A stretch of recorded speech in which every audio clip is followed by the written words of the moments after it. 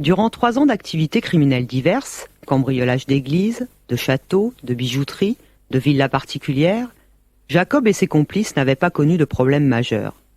L'infirmier, Royer, qui avait aidé Jacob à s'évader de l'asile du Mont Perrin, s'était fait arrêter à Orléans, mais n'avait rien dit à la police. Jacob ne parvenait pas toujours à faire accepter son idée de la reprise individuelle. Peu à peu, la règle qui consistait à verser systématiquement 10% du butin à la cause fut sujette au bon vouloir de chacun. En mars 1903, Alexandre se fait attraper à Abbeville après une course-poursuite avec la police. Le lendemain, Bourg et Pélissard sont arrêtés à leur tour et peu à peu, une bonne partie de la bande, dont sa mère et sa compagne, des amis sympathisants furent arrêtés. Certains d'entre eux avaient trop parlé. L'instruction dura 2 ans. L'acte d'accusation épais de 161 pages contenait plus de 20 000 pièces. 106 vols avaient été répertoriés. Le juge avait inculpé 23 suspects. De son côté, Jacob voulait faire du procès un grand moment de propagande anarchiste. Depuis 1904, un hebdomadaire, Germinal, paraissait à Amiens. On peut même se demander s'il n'avait pas été créé pour la circonstance afin de diffuser les déclarations des accusés et de cristalliser l'opinion libertaire autour de cet événement. À l'ouverture du procès, le 8 mars 1905, au palais de justice d'Amiens, toute la presse est là. Les sympathisants, les camarades sont venus pour soutenir, pour appuyer les idées de Jacob. L'ambiance est fiévreuse. Le pouvoir craint une émeute, sinon une évasion. Un bataillon d'infanterie occupe l'intérieur du palais. Des gendarmes à cheval, des chasseurs du 30e régiment escortent les voitures cellulaires. Dans le Petit Parisien du 8 mars, on lit « Les bandits d'Abbeville, une affaire monstre, 2 ans d'instruction, 20 000 pièces, 23 accusés, 95 crimes, 1 200 000 francs volés, une merveilleuse organisation. Les débats de ce procès sont attendus avec anxiété, car la population redoute quelques coups de main tendant à délivrer les prisonniers. L'association comptait plus de 40 membres, individus sans métier, tous capables d'un mauvais coup. Jacob paraît avoir procédé de la manière de Cartouche. Celui-ci avait ses indicateurs, ses receleurs, voire ses chirurgiens, et travaillait à la faveur de la nuit. Que de précautions, que de mesures prises. On se croirait revenu à l'époque néfaste où Ravachol et ses complices menaient la terreur. Les accusés d'aujourd'hui ne sont pourtant, comparativement aux précédents, que des anarchistes de pacotille, de vulgaires cambrioleurs. Le juge athée, qui avait instruit l'affaire, déclare « Jacob est un voleur professionnel. Il organise des expéditions qu'il conduit avec infiniment de méthode et de prudence. Il juge à propos de tirer vanité de ses vols. Il affecte de les prétendre inspirés par une idée politique. Dans les interrogatoires, il a pris des attitudes d'apôtre. Ce n'est qu'un paresseux malfaisant, voleur incorrigible. Il n'est pas susceptible d'amendement, ni digne de clémence dans l'avenir. » La première journée est réservée au questionnaire d'identité et à la lecture des actes d'accusation. Un fait notable est que les jurés sont d'abord absents, terrorisés à la peur des représailles des amis de Jacob. Le président doit les envoyer chercher par la force et faire vérifier leur justificatif par un médecin. La farce peut commencer. Le greffier entonne son chant. « Messieurs, la cour !» Le président Wekind, les assesseurs Vassel et Torel, l'avocat général Regnault entrent dans la salle. Jacob, Alexandre. Présent. Levez-vous. Non, vous êtes bien assis, vous. Et puis enlevez votre chapeau. Pourquoi? Vous restez bien couvert. Êtes-vous d'accord avec vos co-accusés sur la récusation de quelques jurés? Je ne suis d'accord avec personne. Mes amis et moi, nous ne reconnaissons pas à vos jurés le droit de nous juger. Je les récuse tous puisqu'ils sont mes ennemis. Mais je voudrais savoir si les jurés savent lire et écrire. Je ne sais pas, pourquoi? C'est tout ce que je voulais savoir. Je prends bonne note que vous ignorez. S'il n'y a pas d'analphabète parmi ceux qui doivent nous juger, et qui auront un autre à examiner les pièces. Nous pouvons examiner minutieusement le chef de cette redoutable association. Il a une tête étrange, diabolique, au milieu de laquelle percent 2 points lumineux, 2 yeux d'une vivacité extraordinaire. Jacob est laid, affreux, et cependant l'intelligence donne à son visage une expression curieuse. Le président procède à l'interrogatoire de Jacob, né à Marseille et à ce jour âgé de 26 ans. Il lui signale ses condamnations antérieures. Vous êtes originaire de Marseille? Oui, et je m'en vante. Vous avez fait de bonnes études primaires? Gratuites et obligatoires. On a fait croire au peuple que c'était pour son bien, par souci du progrès social qu'on l'obligeait à s'instruire. Quel mensonge! C'était pour en faire un singe savant, un esclave plus perfectionné aux mains des patrons. Je ne vous demande pas votre avis. Vous racontez ma vie devant tout le monde. J'ai mon mot à dire. Oui, vous avez été marin. Les certificats de vos officiers sont généralement bons. J'ai vu le monde, il n'était pas beau. Partout une poignée de malfaiteurs dans votre genre, exploitant des millions de malheureux. Vous avez été condamné une première fois à 6 mois de prison et 50 francs d'amende pour fabrication d'explosifs le 13 octobre 1897. Une erreur de jeunesse, croyez-moi.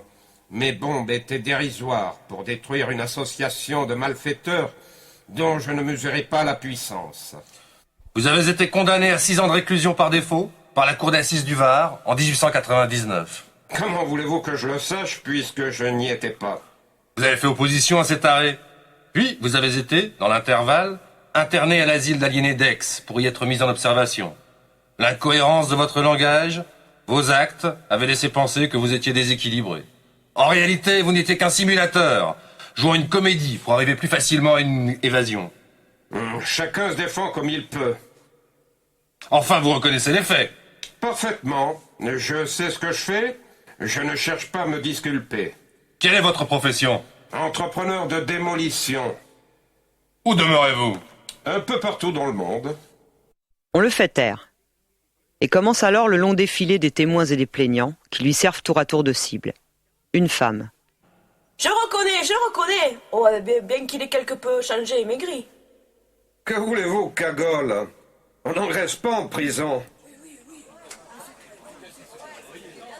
Chez Monsieur Torquebriot, auquel fut soustrait 40 000 francs de titre, Jacob avait pris un diplôme de docteur en droit. Que vouliez-vous en faire? Je préparais ma défense, je commençais mon droit. Un certain Monsieur le maire vient témoigner du pillage d'une église à Rouen. Ces bandits ont inscrit dans l'église « Dieu Tout-Puissant recherche ceux qui t'ont volé ton calice » et c'était signé Attila. Ah non, veuillez m'excuser. Le texte était Dieu Tout-Puissant recherche les voleurs qui viennent en voler d'autres. Vous tenez à ce texte? Énormément. À propos d'un vol à Amiens, où Jacob avait dérobé, entre autres, une flûte traversière. Jacob, qu'avez-vous fait de cette flûte? Vous l'avez sans doute fondue. C'eût été dommage. J'ai plus de connaissances que cela de la valeur des objets. J'en ai fait don à un de mes amis. Jacob s'était introduit chez un juge, au Mans, Monsieur Hulot. Après m'avoir cambriolé, ils ont laissé des excréments sur mes meubles et un billet ainsi conçu. À toi, juge de paix, nous déclarons la guerre. Attila. Peu après le vol, ma femme est morte d'une congestion cérébrale. C'est évidemment le chagrin que lui causa ce larcin qui fut la cause de sa mort. Ils m'ont volé mes richesses et tué ma pauvre femme. Peu cher. On s'apitoie sur le sort de ce juge de paix capitaliste et on reste indifférent au sort des innocents qui se trouvent sur ces bancs. Le colonel Louis de Rennes s'était fait dérober un revolver. Monsieur le Président, voudrait-il demander aux témoins si ce revolver était fait pour tuer ou pour guérir? De tous les fléaux qui accablent les hommes, la guerre est le plus funeste. Au lieu de la combattre, des hommes, pour satisfaire leur ambition, ont remplacé le dogme de Dieu par celui de la patrie. On ne guerroie plus contre des infidèles, on civilise des insurgés. Je considère les militaires comme de vrais assassins. À propos d'un vol à Liège. Vous connaissez donc quelqu'un à Liège qui vous a indiqué cette maison? Non, je n'ai besoin de personne pour me guider. Partout, je vois des maisons particulières. Des villas, je me dis, voilà mes clients. Si je vois des cheminées d'usine, je me dis, il y a là du populo qui travaille. Non, rien à faire. Malgré les progrès réalisés, l'homme est toujours un loup pour l'homme. Il s'arroge le droit de juger les hommes. Mais il ne met sa justice qu'au service des riches contre les pauvres. Il y a un siècle, les pénalités étaient atroces. Cependant, il n'y avait pas moins de crimes que maintenant. Au contraire, Donc ce n'est pas en punissant qu'on empêche la perpétuation des crimes. Le magistrat ne punit que pour défendre ses sinécures. Les magistrats ne peuvent subsister que dans une société corrompue. Je regrette de n'en avoir dévalisé davantage. À propos d'un vol pour lequel plusieurs inculpés sont en cause, parmi eux Clarençon. Celui-ci rappelle à la cour qu'il fut autrefois interné comme aliéné. Vous ne sauriez me reprocher mes antécédents. J'étais atteint, dans ma jeunesse, d'une terrible maladie mentale. Oui, c'est un système de votre part, comme pour Jacob. Moi, oui, j'ai fait le fou par ruse, car je suis un rusé. Tandis que lui, il est fada. Je l'ai été. Je pense être guéri. Oui, vous êtes fou par intermittence. J'en connais, moi, des semblables et qui sont fonctionnaires haut placés. Nous allons nous occuper aujourd'hui de certains vols, commis notamment par Ferrand et par Brunus comme receleurs. Dès le début de l'audience, le président veut faire taire Jacob, qui n'est pas directement interrogé, mais qui veut intervenir. Nous ne sommes pas ici dans une réunion publique. Mais j'entends me défendre. On vous a laissé vous défendre hier. Vous n'êtes pas en cause aujourd'hui. Asseyez-vous. Je vais rester debout.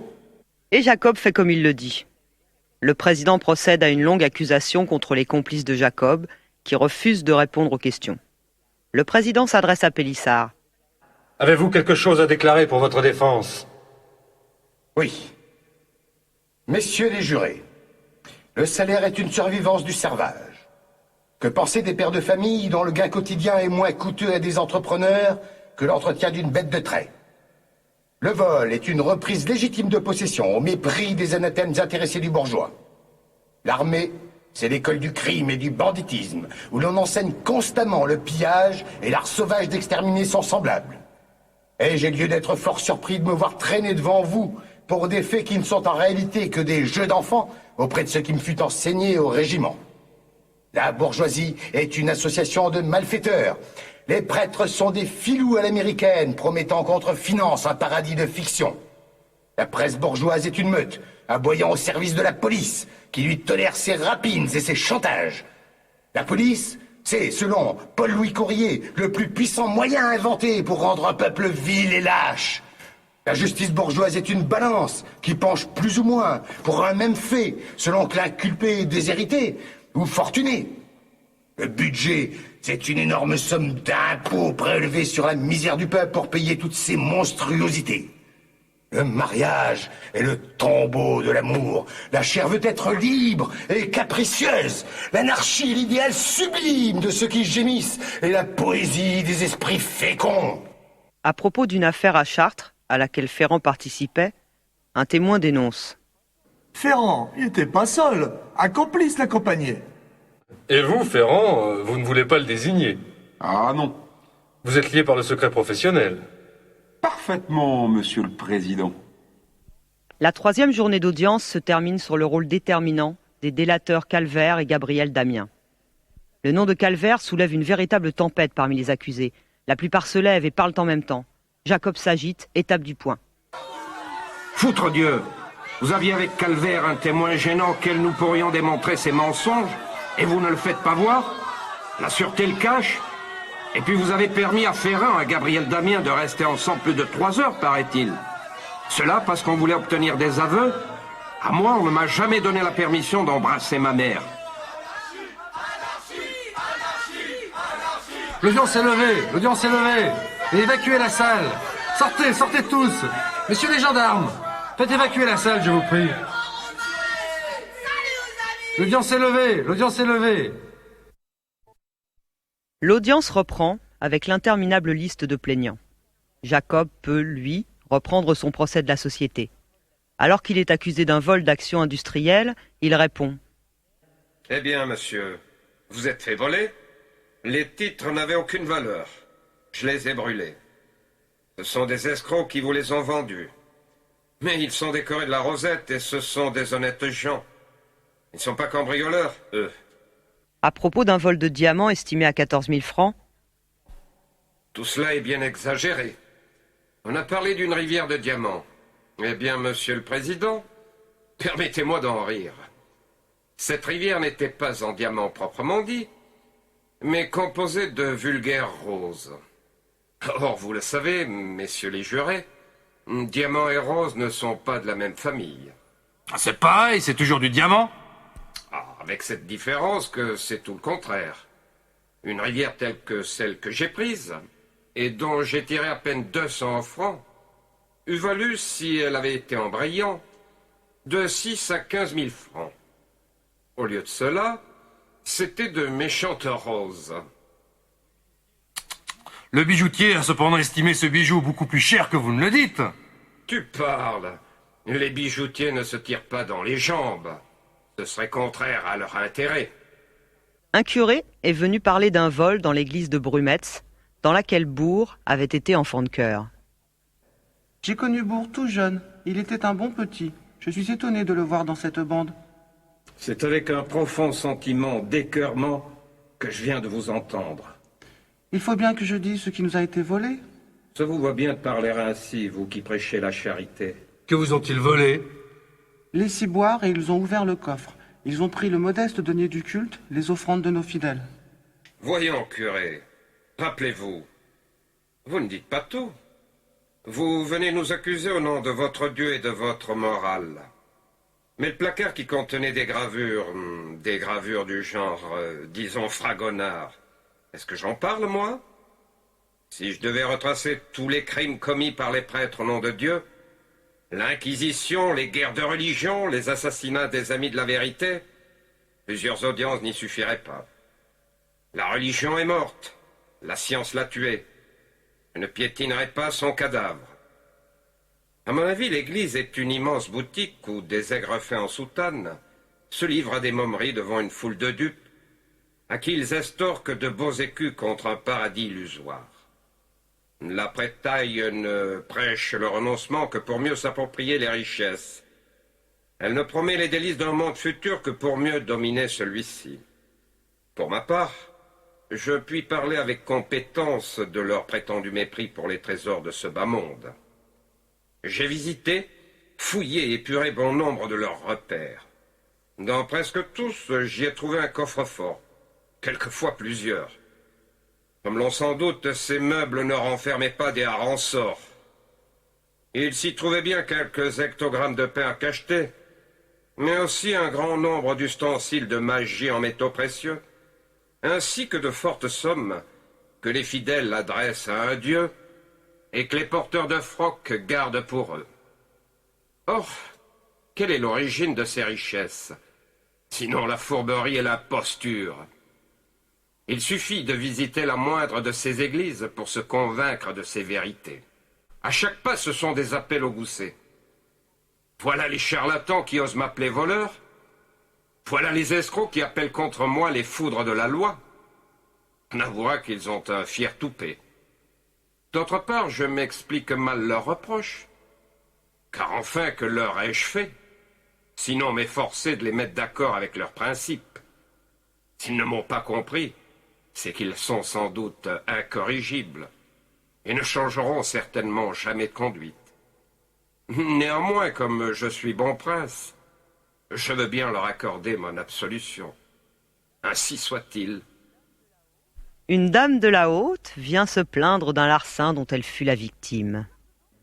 Un mouchoir de dentelle, hérité de mon arrière-grand-mère, d'au moins 250 francs à lui seul. Alors là, cocotte, je ne vous le fais pas dire. N'est-ce pas soit seule une insulte aux classes laborieuses? Oui, j'ai pris des mouchoirs. C'était pour pleurer sur le sort de cette malheureuse, qui possède 4 châteaux et qui ne sont pas en Espagne. On a l'air de les plaindre parce qu'on leur a volé quelques malheureux mouchoirs, et on ne s'occupe pas de ceux qui n'ont pas de logis pour s'abriter. Jacob, ça suffit avec vos discours. Je veux me défendre. Je ne veux pas que vous m'envoyiez au bagne ou à l'échafaud comme un commissaire-priseur se débarrasse d'un tableau. Nous ne sommes pas des objets, mais des hommes. À propos d'un vol, à Évreux, suivi d'un incendie volontaire, le président interroge Bourg. J'aurais voulu incendier le monde. Je réprouve l'incendie, mais il n'a été qu'un épisode de la guerre sociale. Si j'ai incendié la propriété de Madame Pestel, c'est qu'elle en avait une. Est-ce que les jurés maudissent la mémoire de ceux qui incendièrent le Palatinat? Tous les jours, des armées incendient non pas une maison, mais des villes entières. On applaudit à ses forfaits. Et l'on blâme Jacob parce qu'il est anarchiste, parce qu'il n'est pas le valet à gage des jurés, et que ceux-ci s'aplatissent devant les galonnés. Il serait sans pitié pour eux, ils peuvent l'être pour lui. Une discussion s'élève au sujet d'un cambriolage et sur la façon dont les coupables avaient procédé. Monsieur le Président, vous faites erreur. Pour renvoyer des gens à l'échafaud ou au bagne, vous êtes compétent. Je n'en disconviens pas. Mais en matière de cambriolage, vous n'entendez rien. Vous ne m'apprendrez pas mon métier. C'est vrai qu'en matière de cambriolage, vous êtes un maître. Vous avez avoué avoir commis plus de 151 vols en moins de 3 ans. C'est-à-dire un par semaine et la plupart en province. Je faisais de la décentralisation. Les attaques se succèdent. Tout est passé au crible. Les curés, les militaires, les bourgeois ont eu leur part. Il manquait à Jacob les nobles. Il leur avait réservé un morceau de choix. Parmi le nombre de fortunes bourgeoises, quelques-unes peuvent se considérer comme étant le produit d'une entreprise commerciale ou industrielle.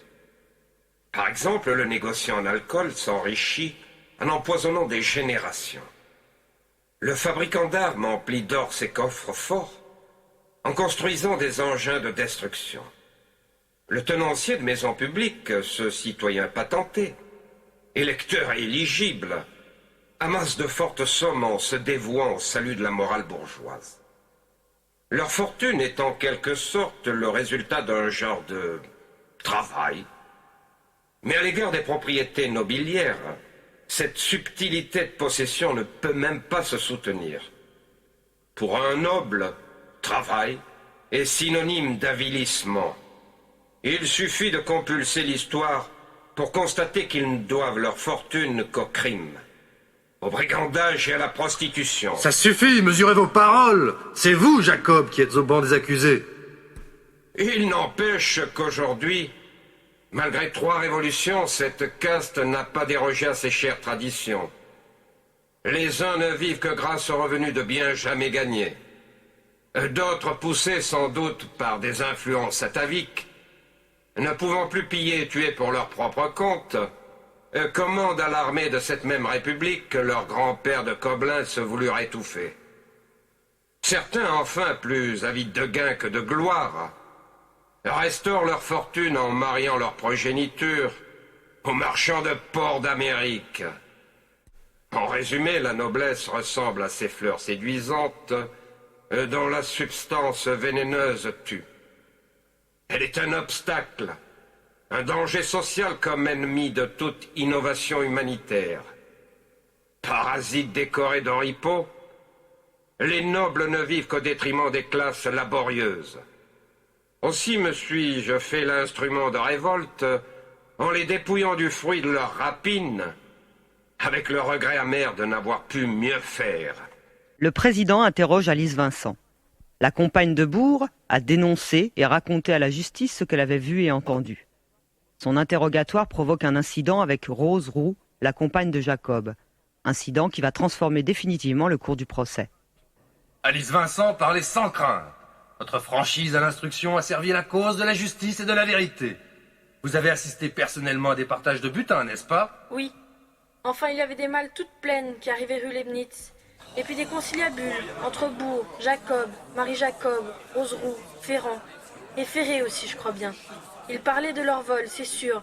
Même que Bourg m'a raconté comment à Brumette... Quand je pense que j'ai ramassé cette fille dans le ruisseau, alors qu'elle n'avait ni gîte ni ressources, faites donc le bien. Roseroux, taisez-vous! Et puis d'ailleurs, vous participiez à ces conciliabules, vous. Vous êtes complice de votre amant. Je partageais son existence. Il faisait ce qu'il voulait, moi je lui obéissais. Vous lui obéissiez. Allons donc. Cette soumission apparaît d'autant plus étrange que vous aviez au moins 15 ans de plus que lui. Monsieur le Président, j'ai le droit, il me semble, de choisir pour compagne qui je veux.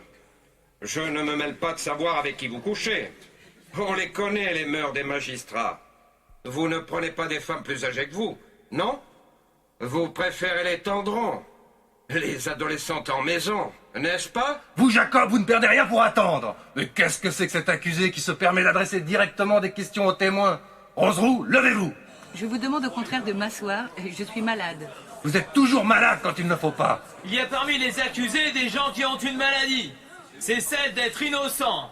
Et cela... Eh bien, maître Lagasse, vous direz cela dans votre plaidoirie. Je pense bien que je pourrai le dire toutes les fois que vous voudrez m'accorder la parole pour défendre mon client. Si vous croyez avoir le dernier mot avec moi, vous vous trompez.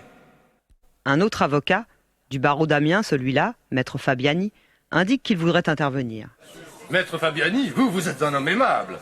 Je vous donnerai la parole chaque fois que vous me la demanderez. Mais nous sommes tous aimables à Paris. Et nous n'avons peut-être pas ici les égards qui nous sont dus. J'ai pour les gens les égards qu'ils méritent. Je prends acte des paroles de Monsieur le Président. Je proteste au nom du barreau de Paris et je quitte immédiatement mon banc. Escroc! Sortez tous. Messieurs les gendarmes, faites évacuer la salle, je vous prie. L'audience est levée. Faites évacuer la salle, je vous prie. Sortez tous. Allons, sortez. L'audience est levée. Et bon Dieu dans la mer, nom de Dieu, et bon Dieu dans la mer. Les audiences se dérouleront désormais sans les accusés, contre qui est prononcée une expulsion définitive. Les 2 audiences suivantes ont lieu dans le calme, le président ayant déclaré aux avocats : Messieurs les avocats, les accusés ayant été définitivement expulsés, vous ne m'empêcherez pas d'aller au terme de ce procès. Et ce n'est pas par voie de requête, mais par voie de pourvoi que vous pourrez faire annuler l'arrêt de la Cour. Le mercredi 22 mars eurent lieu les dernières plaidoiries. Maître Justal, l'avocat de Jacob, tenta une dernière chance. Monsieur le Président, messieurs les jurés, j'ai à faire tomber la légende et à lutter contre l'attitude inconvenante de mon client à l'audience. Jacob n'est pas tel qu'il y est apparu. C'est un cœur violent et tendre, une nature compatissante et farouche à la fois.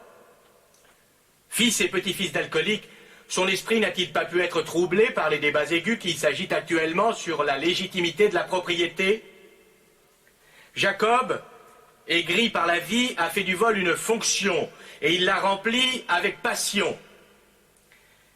Voyez-vous, il m'est apparu comme l'incarnation du génie du bien, car loin de poursuivre comme but une existence opulente, il poursuit la pratique d'une doctrine qui fait que, pour lui, voler signifie reprendre aux riches pour donner aux pauvres.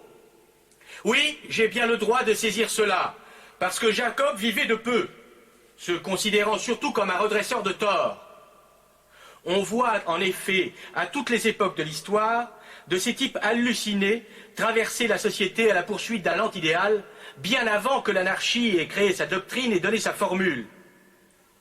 Il y a au fond de ces êtres quelque chose que nous ne comprenons pas, une foi que nous ne pouvons pas saisir. Après la lecture de 700 questions, le jury se retira pendant plus de 6 heures pour délibérer et rendit son verdict. Les condamnations furent les suivantes. Jacob et Bourg, travaux forcés à perpétuité. Ferrand, 20 ans de travaux forcés. Pélissard et Bonnefoy, 8 ans de travaux forcés. Clarençon, 5 ans de travaux forcés. Ferret et Baudy, 10 ans de réclusion.